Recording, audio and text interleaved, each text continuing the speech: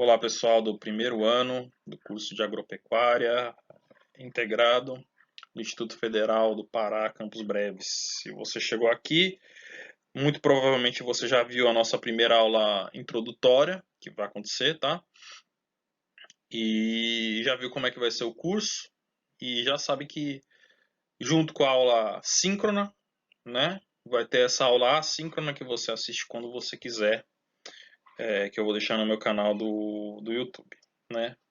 A gente vai começar, conversei com a professora Luara, eu achei por bem começar daqui, falando da origem da vida, que tem as suas dificuldades, é um assunto complexo, é um assunto difícil e que requer aí algumas bases, que não sei, estou chegando agora, vocês estão me conhecendo agora, será que vocês já tiveram essas bases? A gente vai levar pé ante pé. Essa deveria ser uma apresentação bem rápida, eu espero que ela seja bem rápida, né? Geralmente não sai como eu desejo, mas vou tentar resumi-la e já estou fazendo um péssimo trabalho, né? Então, o que essa apresentação vai nos dar? Eu vou falar um pouquinho sobre a ideia que se tem moderna, né? Sobre a origem da vida. Eu vou pular toda aquela história de biogênese, a biogênese que vocês vão ler no capítulo, vão ler na apostila, tá? É, e, e vou pular direto para o que a gente sabe e o que a gente não sabe hoje. Tudo bem? Então vamos lá começar aí a nossa primeira aula. Bom, para a gente falar um pouquinho da origem da vida, a gente tem que falar um pouquinho sobre as características da vida e as características dos seres vivos, tá?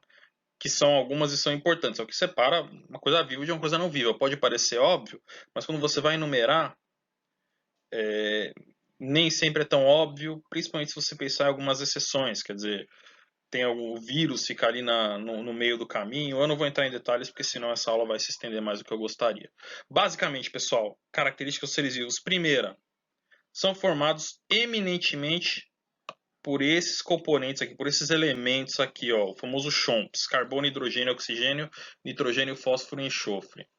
Se a gente fosse dividir qualquer um de vocês que está assistindo nos seus elementos químicos básicos, a maior parte do que sairia seria isso aqui, um pouquinho de alguns outros elementos, mas bem relativamente muito pouquinho, um pouquinho de sódio, um pouquinho de ferro, um pouquinho de manganês, magnésio, zinco, tem um pouquinho disso em vocês, mas o que mais tem é isso aí, tá?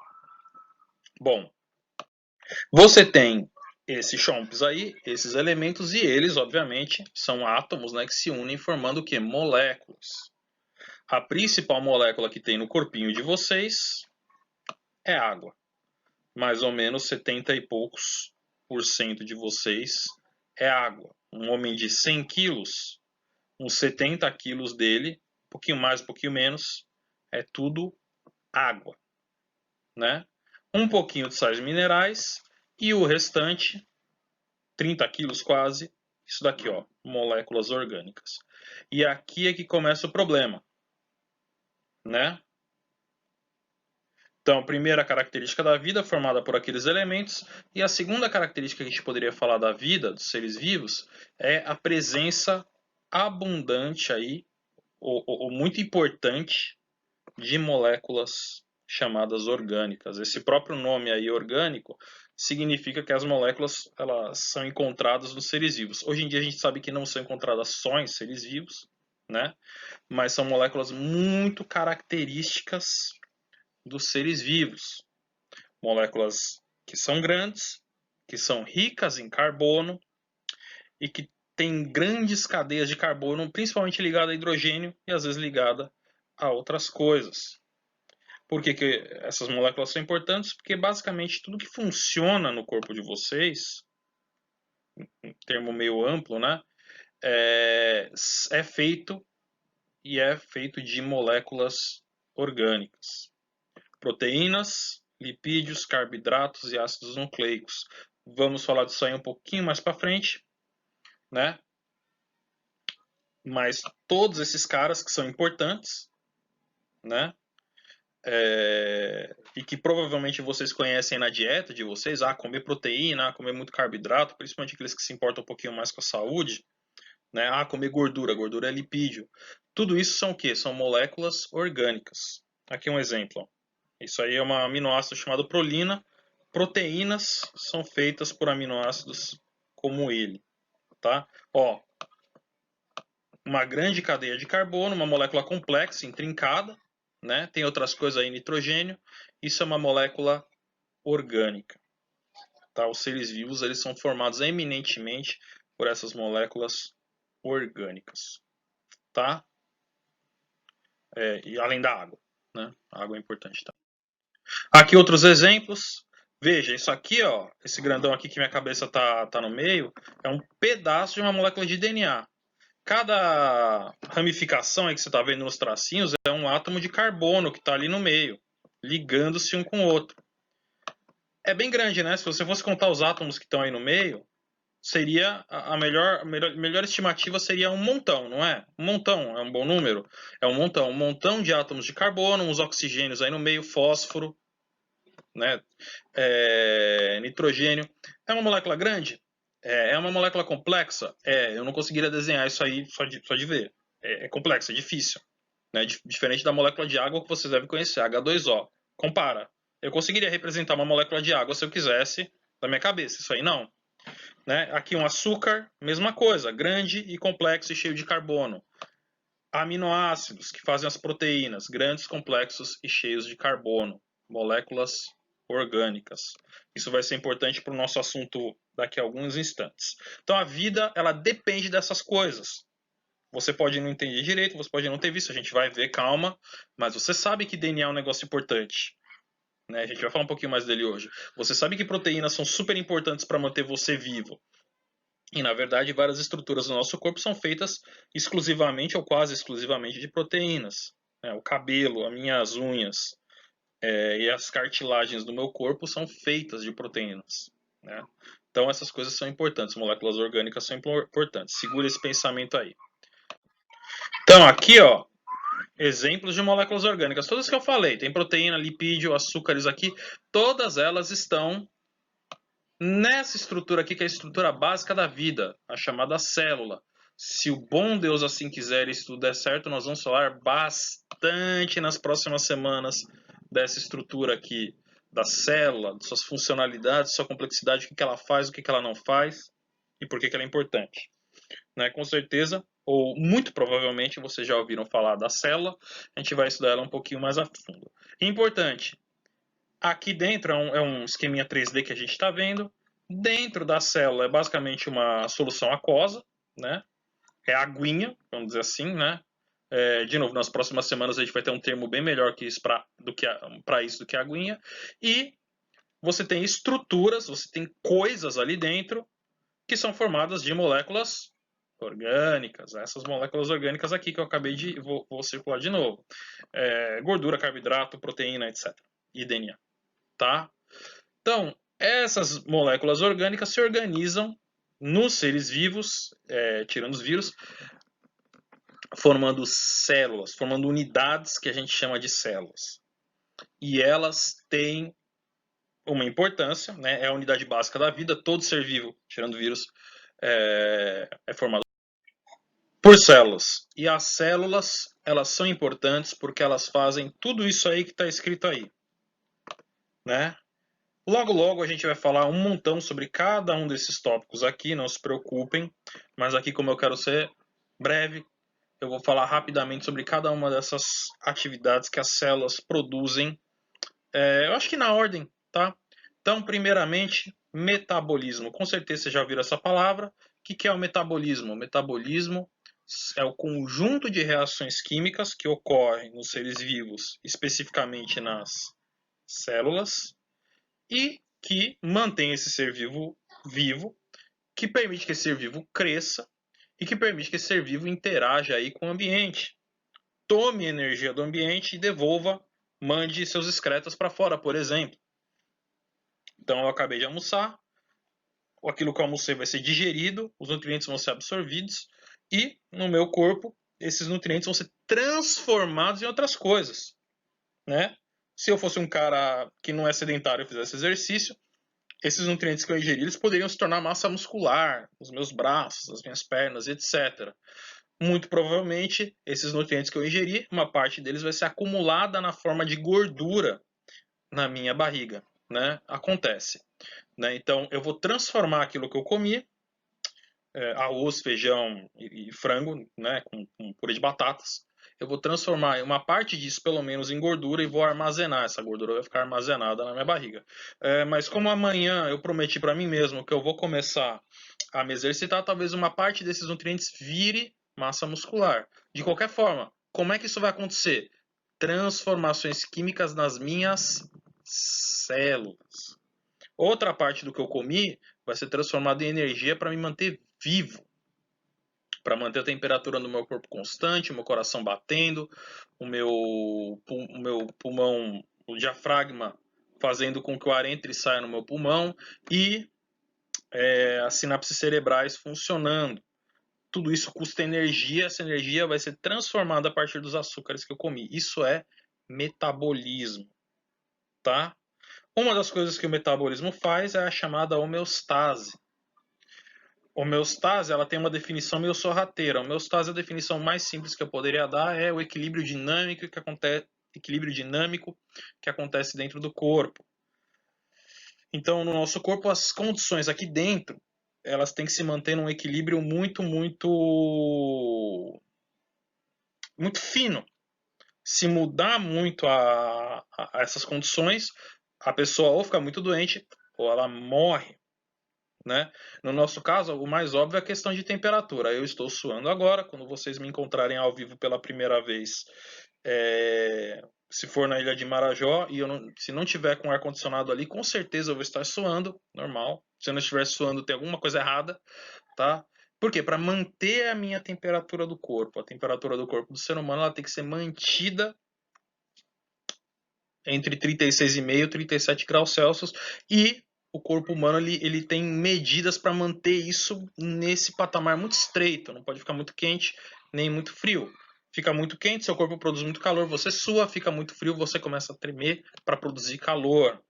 Homeostase, né? E isso não pode desviar muito. Eu não sei se vocês se vocês têm essa experiência aí. Hoje em dia com a Covid-19, a gente tem muitos lugares que para entrar, o pessoal tem aquele termômetrozinho, né, de botar na testa para medir a temperatura, né? E o pessoal não bota na testa por conta de um monte de lorota que inventaram. E eu vou falar, tá? Lorota. Eles põem no punho, porque os raios gama interagem com a glândula pineal. Gente, bobagem, tá? Aí eles põem no pulso, né?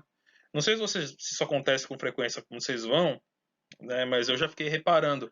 O que eu vejo é que não tem uma epidemia de SARS-CoV, de Covid. A epidemia que tem é ou epidemia de zumbi ou de vampiro. Porque o pessoal põe aquele termômetrozinho no punho, aí dá lá a temperatura 32 graus e meio, 31, 27, 25. Gente, se você encontrar um ser humano que está com alguma dessas temperaturas, medir a temperatura lá, você está com o corpo a 25 graus Celsius. Esse ser humano está morto. Tá? Ele é um zumbi, ele é um vampiro. Se ele estivesse mexendo, parabéns, você acabou de descobrir uma coisa nova da ciência. Mas eu garanto, se você encontrar um ser humano a 25 graus Celsius, ele não vai estar se mexendo, tá? Então, ou tirou a temperatura errada, ou é um zumbi, né? O que é mais provável? Eu prometi que ela ia ser rápida, né? Enfim, homeostase, manutenção das características nesse meio geralmente muito fino. Eu falei da temperatura, mas o pH do sangue é constante, não pode mudar e não muda se a pessoa estiver viva. Se mudar muito, a pessoa morre. A oxigenação do sangue, né? De novo, voltando, por exemplo, dessa pandemia que nos assola aí, não sei o quanto vocês estão saturados de informação, se vocês viram desde o começo. No começo o pessoal falava da saturação de oxigênio no sangue, que em alguns doentes ela diminui por causa dos danos no pulmão. Ou seja, o sangue ele para, a concentração de sangue no sangue, a concentração de oxigênio no sangue, concentração de sangue no sangue é complicado, né? A concentração de oxigênio do sangue ela diminui e aí a pessoa ela sente fraqueza, tontura, pode até desmaiar. E aí eu não vou me lembrar exatamente quais são a porcentagem, né? É a saturação na hemoglobina do sangue, mas isso a gente vai ver depois, tá? Não se preocupem não. Mas essa saturação não pode cair abaixo de 98, sabe? O normal é 99. É uma coisa mais ou menos assim. Se essa saturação cair um pouquinho mais que isso, a pessoa já começa a ter problemas graves, né? Então, por quê? Porque é uma coisa que tem que ser mantida constante aqui dentro. Por que isso é enganoso? Por que é enganoso? Por quê? Porque quando eu falo que é um equilíbrio dinâmico, a ênfase é no dinâmico, né? E é um equilíbrio que acontece o quê? Dentro da gente. É um equilíbrio que acontece aqui dentro. Não é um equilíbrio com o meio. De novo, quando a gente ficar em equilíbrio com o meio, na mesma temperatura do meio, né? Esse equilíbrio dinâmico, ele pressupõe desequilíbrio com o meio, tá? O nosso corpo está sempre gastando energia para manter as condições constantes, mas geralmente em desequilíbrio com o meio, em desequilíbrio com o meio externo, e por aí vai. Não vou entrar em detalhes porque eu já estou divagando demais, tá? Bom, reprodução. Outra coisa que quem faz? Os seres vivos e as células, sendo elas unidades vivas, né? As células se reproduzem, elas se dividem em dois por uma série de processos que a gente também vai ver no futuro, mas elas conseguem se replicar e produzir cópias idênticas ou quase idênticas a si mesmo, com as mesmas características. Quando uma bactéria se divide, as duas bactériazinhas que surgem, elas são bactérias que podem fazer a mesma coisa que a bactéria que deu origem a elas podia, né? Reprodução e o último e talvez mais importante, evolução, né? Essa reprodução quase igual dos organismos vivos permite que ao longo do tempo eles mudem, né? Mudem para melhor, mudem para pior, não sei, mudem, eles mudem, né? E essa mudança é a evolução. Essa mudança se dá geralmente, né, no sentido de adaptar o ser vivo ao meio que ele vive, de tornar o ser vivo mais bom, mais melhor, de tornar o ser vivo mais melhor, né, a viver, para viver no lugar onde ele vive, fazendo as coisas que ele faz. Tudo bem, pessoal? Essas são as características gerais dos seres vivos. Matéria orgânica que forma essa célula, vocês estão vendo aí, e essa célula faz todas essas coisas aí. Por que eu estou falando tudo isso? Para dar uma introdução super rápida, que não ficou tão rápida assim para o nosso curso, e para entrar no assunto lá do começo da aula, que é origem da vida, né? Aquilo que a gente estava vendo no slide anterior, a célula formada por moléculas orgânicas, que faz tudo aquilo que ela faz, nós só tocamos ali na superfície, mas eu acho que vocês entendem, eu acho que dá para entender, que aquilo lá é muito complexo. E nas próximas semanas vocês vão ter uma compreensão melhor disso. Aquilo é muito complexo. É uma complexidade muito grande. Como é que uma célula, por mais simples que seja, possa ter se desenvolvido e evoluído, né, nas condições primitivas na Terra a partir de coisas que não eram vivas? Vocês vão ver na atividade, vocês vão ver na apostila que por muito tempo as pessoas se perguntaram sobre isso. Será que a vida pode surgir de coisas que não são vidas? A teoria da abiogênese, que por muito tempo foi defendida. E a conclusão que chegaram era que não, que coisas não vivas não se transformam em vida. A teoria que chegaram foi a da biogênese, não da abiogênese, da biogênese, né? A vida só surge a partir de replicação de coisas que já são vivas. Ela não aparece do nada. Ela não aparece de moléculas orgânicas. Ela não surge. Você precisa de seres vivos se replicando, se reproduzindo para você ter vida. Tudo bem, mas vem a pergunta óbvia: de onde surgiu o primeiro? Né? Buscando aí, e eu não. Né, buscando uma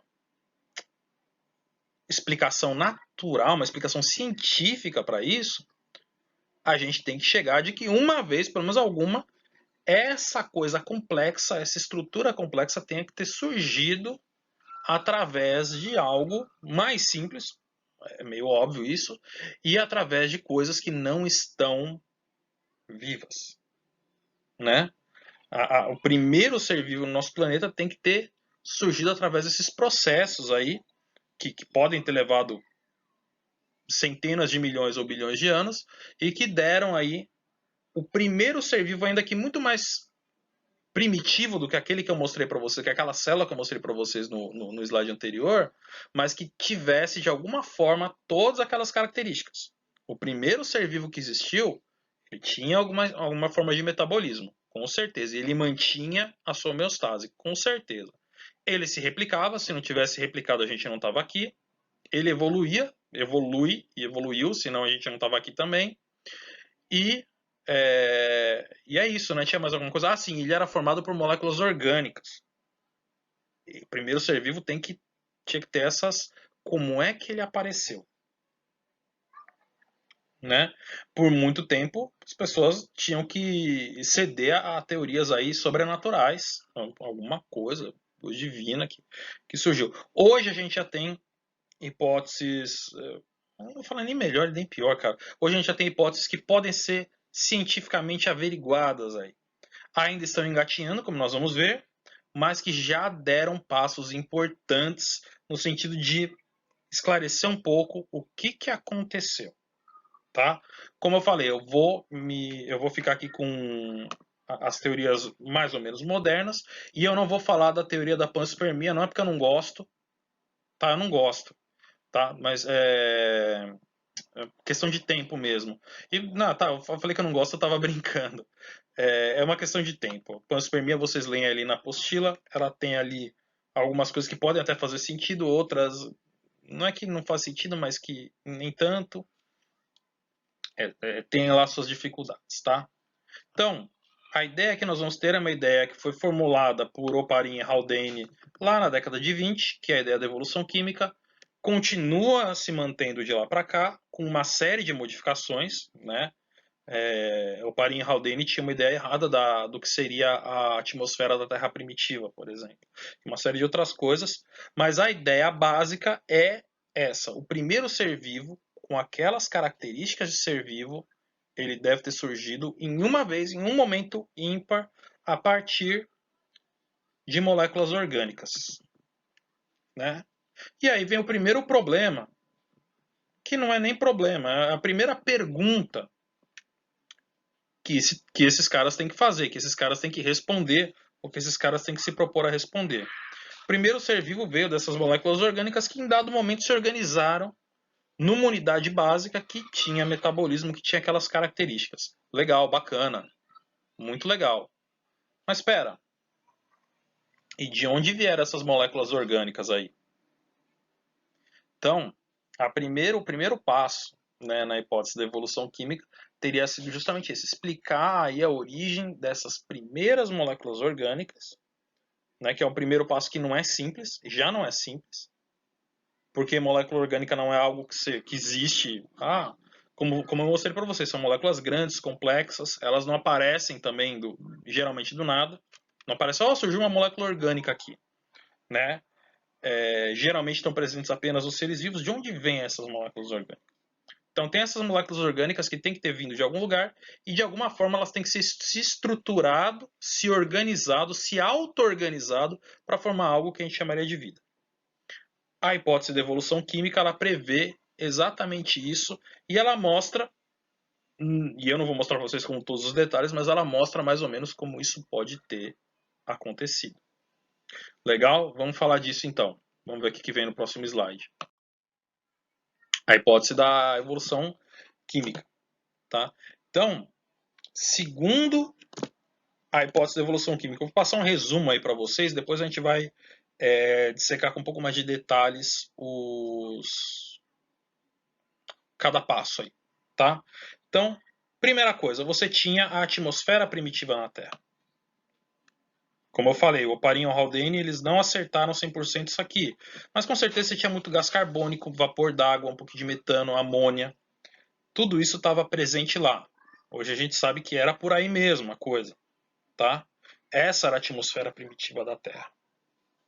Esses compostos simples, né, esses compostos bem básicos, eles devem ter passado por reações químicas com o calor da luz do Sol às vezes com descargas elétricas de relâmpagos, com a temperatura, e formado as primeiras moléculas orgânicas. Moléculas orgânicas como os primeiros aminoácidos, como as primeiras unidades dos nucleotídeos do DNA, os primeiros açúcares. Isso deve ter se formado. Temos evidência disso? Já mostro para vocês que temos, que isso pode acontecer. Né? Essas moléculas orgânicas formadas na atmosfera vão para a água, né? E você tinha mares, você tinha oceanos na Terra primitiva, quentes, né? E ali elas começaram de fato a se auto-organizar, formando primeiro moléculas orgânicas mais complexas, né? Essas primeiras moléculas orgânicas mais complexas talvez tivessem ali entre elas algumas moléculas até que têm a capacidade de se autoduplicar, de fazer mais dela mesma. Mas isso existe? Existe, ainda hoje. O DNA ele é capaz de se autorreplicar. Não é tão simples assim. Calma aí, né? Algumas moléculas de RNA são capazes de produzir mais delas mesmas. É interessante porque a gente vai ver o DNA e o RNA são moléculas que o quê? São moléculas que garantem a hereditariedade mesmo nos seres vivos hoje. Né? A informação genética dos seres vivos está no DNA e no RNA. Essas moléculas são capazes de replicação. Né? Algumas proteínas podem se autorreplicar. Vocês são muito novos para lembrar da vaca louca, da doença de prions. Mas prions, eu não vou entrar em detalhes, se eu for explicar isso é uma aula, tá? São proteínas que conseguem se autorreplicar sob dadas condições. Né? Então, podem ter surgido essas moléculas mais complexas, as primeiras proteínas, e em algum momento elas se agregaram de alguma forma, e aí muitas perguntas para poucas respostas, se agregaram de alguma forma, dividindo essa organização no meio interno e um meio externo. Essas estruturas aqui passaram a ter dentro e fora. Gente, parece bobo isso, né? Mas é uma condição essencial para a vida. Tem que ter uma parte de dentro e uma parte de fora. Um equilíbrio interno e um desequilíbrio com o meio externo. Né?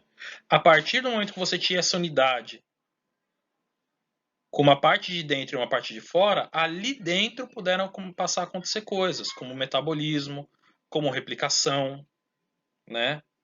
Como queima de energia, como crescimento.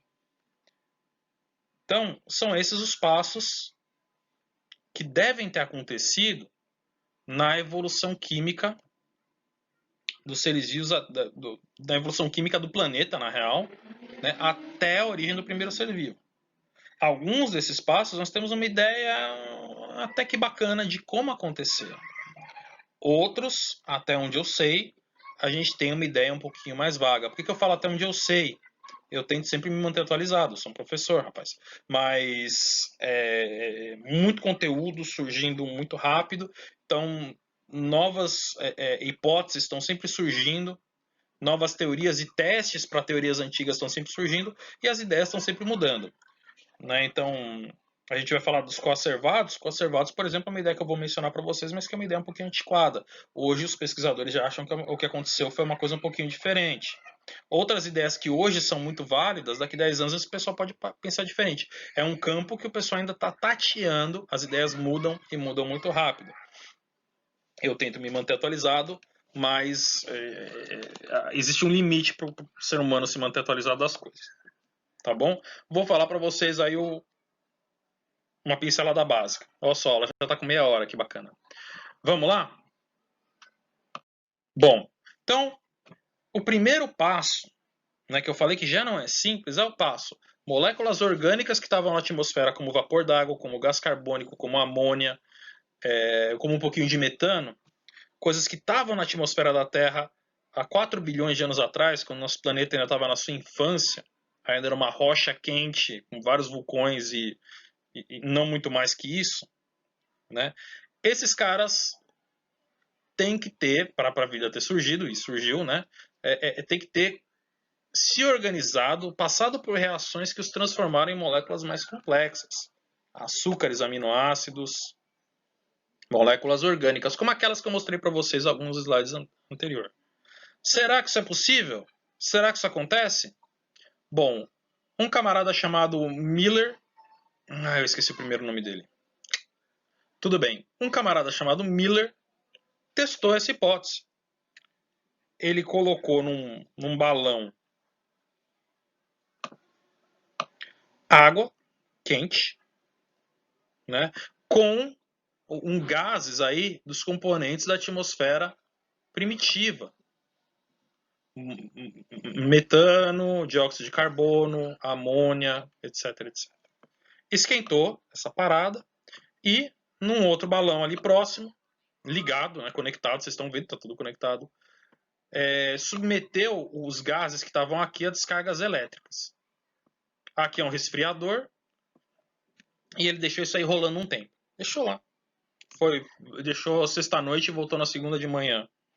Né? Eu não sei se dá para fazer isso, se não tem que ficar alguém olhando, mas deixa ali o estagiário olhando, fica aí olhando, beleza? Né? Deixa um tempo. O que aconteceu? Depois de um tempo começou a formar uma substância escura bem aqui no fundo, ó, onde a água ela voltava, ela se condensava. Analisaram essa substância escura e viram que ali dentro tinha o quê? Aminoácidos.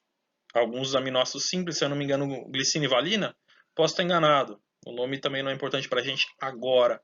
Mas aminoácidos, que são usados para fazer proteínas. Moléculas orgânicas mais complexas tinham surgido a partir dessa substância mais simples. Esse experimento ele foi replicado várias vezes e com vários gases diferentes na atmosfera, tá? Porque hoje a gente sabe que a composição desses gases não era a mesma que o Miller usou, mas em muitas delas, se eu não me engano, todas elas que elas foram tentadas, né, houve a produção de substâncias orgânicas, né, substâncias como aminoácidos, como precursores de nucleotídeos, precursores de outras moléculas orgânicas que aparecem aí depois de um tempo. Então, pô, é possível que isso tenha acontecido na Terra primitiva? É bem possível. Você tinha essas condições lá, né? E a Terra primitiva não ficava lá o fim de semana. A água não ficava lá o fim de semana. O gás carbônico não ficava lá o fim de semana. Estamos falando de centenas de milhares de anos. Ah, mas então provou-se que a vida surgiu, piriri. Não. Tudo que o Miller provou, toda evidência, né? Provar é um negócio complicado. Toda evidência que ele mostrou que é possível sim, sob certas condições, a moléculas orgânicas se formarem a partir de componentes mais simples. Legal? Então, esse foi o primeira coisa. Então, o primeiro passo da evolução química não está resolvido, mas já é uma coisa que se tornou muito mais plausível a partir desse experimento. Tá, é possível. Antigamente o pessoal se perguntava se era possível, tinha sempre um que falava que não. Possível é, tá? Aqui mais um slide que eu vou passar rapidinho do mesmo experimento, eu já descrevi para vocês, né? Então fique aí se você quiser dar um pause, apreciar a beleza do slide, tá bom, dá um pause, pronto. E aí é o que eu já falei, né, que tentaram coisas diferentes, porque a composição da atmosfera era diferente do que a que o Miller usou. Legal. Bom, então esse foi o primeiro passo. Surgiram moléculas orgânicas. Segundo passo, essas moléculas orgânicas têm que ter se organizado de alguma forma. Se organizado a partir para formar uma estrutura delimitada que tenha dentro e fora. A hipótese lá do Haldane, né, e do outro do Haldane lá, do outro rapaz, propunha os tais coacervados como sendo o primeiro exemplo de sistema isolado. O que é um coacervado? Sob certas condições, se você colocar matéria orgânica, proteínas, num meio aquoso, essas proteínas se aglomeram e formam partículas chamadas coacervados. Essas partículas, inclusive, elas podem se dividir, aí se juntam, se dividem de novo, né? Podem se dividir e formam um meio interno e um meio externo. Hoje essa teoria, essa ideia dos conservados, ela já mudou, o pessoal pensa algo diferente, mas de qualquer forma, existem formas de moléculas orgânicas, uma vez formadas, se isolarem, e a partir do momento que elas se isolaram, aqui dentro pode começar a acontecer coisas que lá fora não estão acontecendo. Um coacervado, 1 bilhão de coacervados, né? Aqui podem começar a acontecer processos químicos que lá fora não estão acontecendo. Uma diferença entre dentro e fora. Já é o primeiro passo, o segundo passo. Né? Além da hipótese dos coacervados, tem uma outra hipótese que ganhou, que foi proposta na década de 50 e 60 das microsferas. Né? Também bolhas de água delimitadas por uma camada proteica. O pesquisador Fox, alguma coisa Fox, ele viu que sob certas condições formavam-se essas microsferas também, podendo matéria orgânica ficar dentro, a água ficar fora, tem um meio interno e um meio externo. A partir de algum momento, isso aqui começou a funcionar, começou a ter um metabolismo e começou a se replicar. Tá? E aí a coisa andou. Essa é a proposta. Tá bom. Então nós temos matéria orgânica. Bacana, é possível que isso aconteça, é possível. Nós temos matéria orgânica isolada no meio interno uma coisa, no meio externo outra. Isso é importante. Faltam as outras coisas que a gente viu lá nos slides anteriores. Replicação e metabolismo. Tá? Bom, o metabolismo, para que as reações químicas aconteçam na ordem que elas têm que acontecer, do jeito que elas têm que acontecer, é importante, ou a molécula mais importante dentro das nossas células é essa aqui. A gente vai ver isso no futuro, tá? É esse cara aqui chamado proteína que faz com que o metabolismo aconteça do jeito que ele acontece. Tem que ter proteína ali no meio. A gente vai ver como. E quem é responsável por fabricar esse cara aqui? Bom, é complicado, tá, pessoal? Mas resumidamente, essa molécula que vocês com certeza já ouviram falar, o DNA, tem um papel importante. Tá? O DNA ele contém a receita para todas as proteínas que você fabrica no seu corpo. Tem uma proteína do cabelo chamada melanina, que torna o seu cabelo o quê? Escuro. Mas eu não tenho cabelo escuro, eu tenho cabelo claro. O meu era mais claro antigamente, então mais ou menos. Pois é, porque você tem um DNA um pouquinho diferente da pessoa que tem o cabelo escuro. Você produz uma proteína diferente, a feomelanina. Né? Então, as características que você tem, muitas vezes, são devido ao seu DNA. E as proteínas que você produz ou deixa de produzir, a quantidade ou a hora em que você as produz. Né? Tranquilo? Então, para você ter metabolismo, é importante ter proteína, é importante você ter o DNA. Bacana. E para você replicar os seres vivos, duplicar a célula, replicar os seres vivos, é importante que esse DNA ele se duplique também, ele consiga tirar uma xerox dele mesmo. Certo? Certo, perfeito. O DNA ele é capaz de fazer essas duas coisas. Ele contém informação para controlar o metabolismo e ele pode tirar uma xerox dele mesmo. Ele pode, essa molécula ela pode se replicar e aí quando a célula se duplica, o DNA que estava nessa uma célula vai para cá, uma parte, e a outra parte vai para cá também. Ora, então o DNA ele é uma molécula super importante. Basta ali no começo ter surgido uma molécula de DNA mais ou menos funcional, ainda que totalmente capenga, essa molécula ia conseguir se autorreplicar, fazer mais dela mesma, se reproduzir e controlar o metabolismo com a produção de proteínas. Beleza. A ideia é essa mesma. Então, lá no começo, bastava uma dessas moléculas que pudesse se replicar, se reproduzir, ali no meio, em algum lugar no meio, e pudesse controlar alguma reação química ainda de forma super rudimentar, bastava isso acontecer para você ter o começo da coisa. E aí, uma vez que começou, a gente vai ver daqui a pouco mais ou menos como a coisa vai. Perfeito, ajuda muito. Será que o DNA pode ter surgido assim?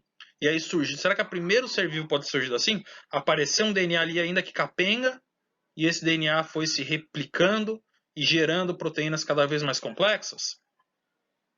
A resposta é muito, muito, muito, muito provavelmente não. Por quê? Porque o DNA, ele para se replicar, ele precisa de o quê? De um montão de proteínas. Opa, escapuliu.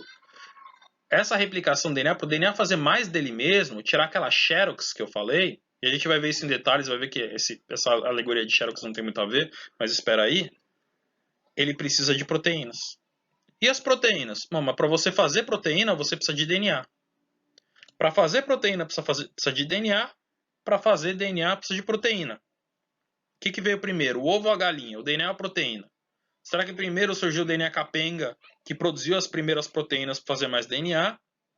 Ou primeiro surgiu uma proteína capenga que foi capaz de replicar o DNA? O que será que aconteceu?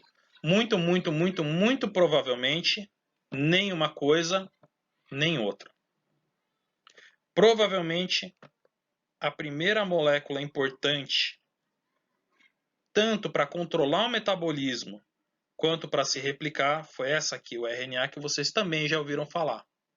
O RNA é a molécula hereditária, a molécula que carrega informação genética para alguns vírus, incluindo lá, não sei se vocês já ouviram falar, o Covid-19, né, um vírus de RNA. Não sei se vocês já ouviram falar. Né? E em todos os outros organismos ela tem um papel também, né, na produção de proteínas. Tudo indica hoje que o RNA ele foi a primeira molécula com essa capacidade de se autorreplicar e de controlar o metabolismo de alguma forma. Tá? Então, os cientistas hoje acreditam que lá nos princípios, quando estava se formando aquela matéria orgânica, uma das primeiras moléculas orgânicas que deve ter se formado, e uma das mais importantes, é o RNA. Porque ele não é tão complexo quanto o DNA, ele é mais simples, ele é mais instável também, mas ele é mais simples. Né? É possível formar moléculas de RNA em laboratório a partir de precursores. Então, ali a partir do experimento como o do Miller, é possível, você formar os tais nucleotídeos e a partir dos nucleotídeos formar moléculas de RNA mais complexas. Né? E já mostraram que em laboratório, in vitro quer dizer num tubinho de ensaio, tá? Não é no meio, assim, na natureza. É num tubinho de ensaio. O RNA ele consegue, primeiro, se autorreplicar, ele consegue fazer mais dele mesmo, e ele consegue controlar a síntese de algumas proteínas. Então ele tem essas duas, ele faz sozinho, de um jeito muito mais fácil que o DNA, essas duas coisas que são importantes ali para a gente começar a pensar num ser vivo. Então, provavelmente, e cada vez mais saem estudos mostrando que esse provavelmente é bem provavelmente mesmo, né? Estamos caminhando a passos de formiga, mas estamos caminhando. Provavelmente o RNA foi essa primeira molécula primordial aí que conseguia tanto se autorreplicar quanto catalisar, sintetizar proteínas, ajudar no metabolismo. E aí? E aí depois disso a coisa vai. Como a coisa vai? É só parar para pensar. Imagina que você tem lá na Terra primitiva esses RNAs se autorreplicando, crescendo ali no meio, essas moléculas que pela sua própria estrutura conseguem fazer isso. Se surgisse uma variante, uma mutaçãozinha, um diferente ali, que conseguisse se replicar com um pouquinho mais de eficiência que os outros, ele ia se replicar mais. Logo, naquela área ali do oceano primordial, você teria muito mais RNA daquele tipo do que dos outros. Um RNA que conseguisse sintetizar mais proteína do que os outros, e isso desse uma vantagem para ele, ele também acaba se tornando mais presente. Qualquer molécula autorreplicante que fizesse o seu trabalho um pouquinho melhor que as outras, ela seria selecionada. E depois de um tempo, ano, 2 anos, 10 milhões de anos, a tendência é aquele tipo de molécula estar mais presente ali. E qualquer variação que aparecesse nela ali, que tornasse ela um pouquinho melhor, seria de novo selecionada. Tem muitos experimentos in vitro realizados com RNA que tornam o RNA o nosso principal candidato hoje para ter sido essa molécula primordial. E aí, com o tempo, o DNA, como é que eu posso falar? Substituiu o RNA. Hoje o DNA é a molécula mais importante. Ele que controla a síntese de proteína, é ele que se duplica e guarda o material genético. Ele é mais complexo, mas ele é muito mais estável do que o RNA. O RNA é mais instável, ele dura menos tempo no ambiente. Outro dia eu vi uma notícia que, de novo, voltando ali para o Covid-19, uma das vacinas que estão tentando desenvolver é uma vacina de RNA. É uma vacina baseada na molécula de RNA do vírus. Né? E na vacina tem o RNA ali. Essa vacina, o grande problema dela é que ela tem que ser mantida num freezer a menos 80 graus Celsius. Menos 80. Sabe onde tem um freezer desses? Não é na sua casa, velho. Não é na minha casa. Né? Provavelmente, eu posso estar errado. Tomara que eu esteja errado. Mas provavelmente não tem um freezer desses em toda a ilha de Marajó. Né? Tem esses freezers em laboratórios especializados, né, bem especializados, que tem que trabalhar com coisas como RNA. Esses freezer menos 80. Por que tem que ser mantido a menos 80? Porque o RNA ele degrada muito fácil. Se deixar ele no freezer, se deixar ele na geladeira, dia seguinte já não tem mais RNA ali, já degradou. Então esse é um problema para essa vacina aí. Como é que você vai distribuir? Como é que você vai mandar essa vacina para os lugares? Tem que ter um freezer menos 80 ali para estocar. Não é fácil ter um freezer menos 80. É um negócio caro, é um negócio complicado. Tá? Então o RNA ele é instável. Ali no princípio, provavelmente as evidências apontam que foi ele a primeira molécula que conseguia se autorreplicar, conseguia catalisar. Então, meus caros, a gente tem matéria orgânica. Essa matéria orgânica em algum momento formou esse meio interno ali, se aglomerou formando o dentro e o fora. E se ali dentro ficou uma molécula de RNA que conseguia se autorreplicar, e a coisa, aquela proto-ser vivo, começou a se replicar, a partir do momento que ele começou a se replicar, qualquer organismo ali que se replicasse um pouquinho melhor que os outros tinha uma vantagem e ia se replicar mais que os outros. E aí, com o tempo, deve ter surgido, e aí o tempo e um grande intervalo ali, né, uma grande caixa preta ali no meio, vai ter surgido aí a primeira célula. Ufa! Tudo bem? Então, esses são os passos. De novo, o que nós temos aqui? Não faz isso comigo, computador. De novo, o que nós temos aqui? Foi. Então, vou continuar filmando. Moléculas orgânicas se formaram na Terra primitiva. E aí? Isso é plausível. Sabemos exatamente como aconteceu? Bom, talvez os pesquisadores que trabalham com isso possam dar mais detalhes que eu. Mas o que eu digo é plausível. Isso a gente já viu que na Terra primitiva essa formação pode ter acontecido.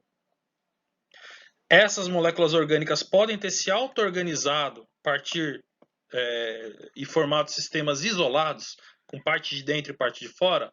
Plausível também. E aí eu acho que a gente já não sabe, a gente tem menos informação sobre isso aqui, mas a informação que a gente tem indica que isso é plausível. Né? E essas moléculas orgânicas, em dado momento, puderam se autorreplicar e ter a capacidade catalítica para começar, ainda que de forma primordial, rudimentar, tosca, um metabolismo e uma capacidade de autorreplicação. Bom, até agora o RNA ele é uma molécula que pode atender aí a esses pressupostos. Então até aí a gente tem isso. Disso daí, em algum momento, pula milhões de anos aí, de novo, muito pouca informação que a gente tem, surgiu a primeira célula. O primeiro ser vivo que a gente olharia e falaria, rapaz, é um ser vivo. É uma célula. Ela se duplica, tem metabolismo, tem, tá? Nossa informação é muito rudimentar ainda, mas a cada dia que passa, ela está aumentando. Isso é o que a gente tem hoje. Tá bom? Bom, eu vou terminar aqui a primeira parte da aula. Vai ter uma segunda parte que eu vou continuar dentro de instantes. Eu vou gravar imediatamente, mas você pode assistir depois, você pode tomar um suco aí, vamos ver o que acontece. Tá bom, pessoal? Daqui a pouco a gente continua.